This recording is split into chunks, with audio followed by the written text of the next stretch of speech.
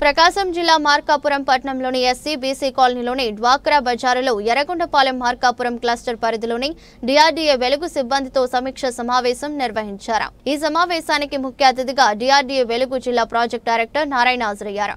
ఈ సందర్భంగా ఆయన మాట్లాడుతూ గ్రామ స్థాయిలో వివోఏలు సిబ్బంది మహిళల ఆర్థికాభివృద్ధి లక్ష్యంగా పనిచేయాలని తెలిపారు। ప్రభుత్వం ప్రాజెక్టు ద్వారా అందిస్తున్న సేవలను లబ్ధిని మహిళలకు వివరించాలని తెలిపారు।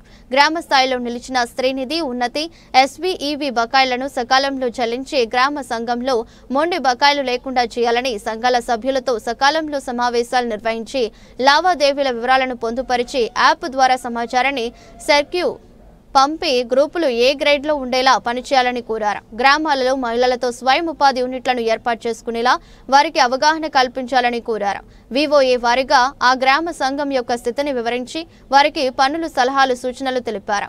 కార్యక్రమంలో Srinidhi AGM Harshavardhan, Markapuram cluster area coordinator Ongole Sudhakar, DPM Subbarao, Markapuram Tarlupadu Podili Konakanamitla ఏపీఎంలు డి పిచ్చయ్య, పి రమేష్ బాబు, గోపాల్, నాగభూషణం, సిసిలు వివోఏలు పాల్గొన్నారు।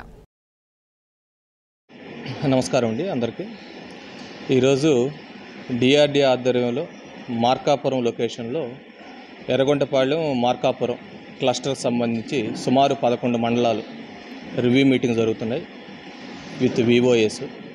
ప్రధాన అజెండా అంశాలు వచ్చేసి శ్రీనిధి రికవరీ, సిఐఎఫ్ రికవరీ, ఉన్నతి రికవరీ। ఎందుకు రికవరీ గురించి మాట్లాడుతున్నామంటే ఈ రికవరీ ఎంతైతే అవుతుందో ఈ రికవరీస్కి ఆల్మోస్ట్ ఒక 30 టైమ్స్ ఫండ్ మన డిస్టిక్ వచ్చే అవకాశం ఉంది। కాబట్టి ప్రధానంగా రికవరీస్ మీద ఈరోజు రివ్యూ మీటింగ్ పెట్టడం జరిగింది। ఎందుకంటే ఆర్థిక సంవత్సరం మొదటి నెలలో ఉన్నాం।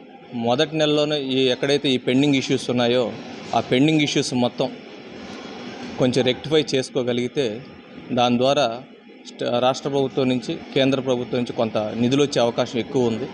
దాని ప్రధాన ఉద్దేశంగా ఈరోజు మార్కాపురం ఎర్రగొండపాలెం క్లస్టర్ రివ్యూ తీసుకోవడం జరిగింది।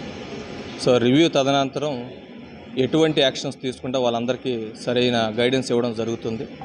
గైడెన్స్ ఇచ్చిన తర్వాత మళ్ళీ ఒక నెల రోజుల తర్వాత మనం చెప్పిన విధానం ప్రకారం వాళ్ళు కంప్లీట్ చేసేలా ఒకసారి చెక్ చేసుకొని ఆ నివేదికలు రాష్ట్ర ప్రభుత్వానికి ఇవ్వడం జరుగుతుంది। దాని ద్వారా మన జిల్లా అభివృద్ధి కోసం మేము ప్రయత్నం చేయడం జరుగుతుంది।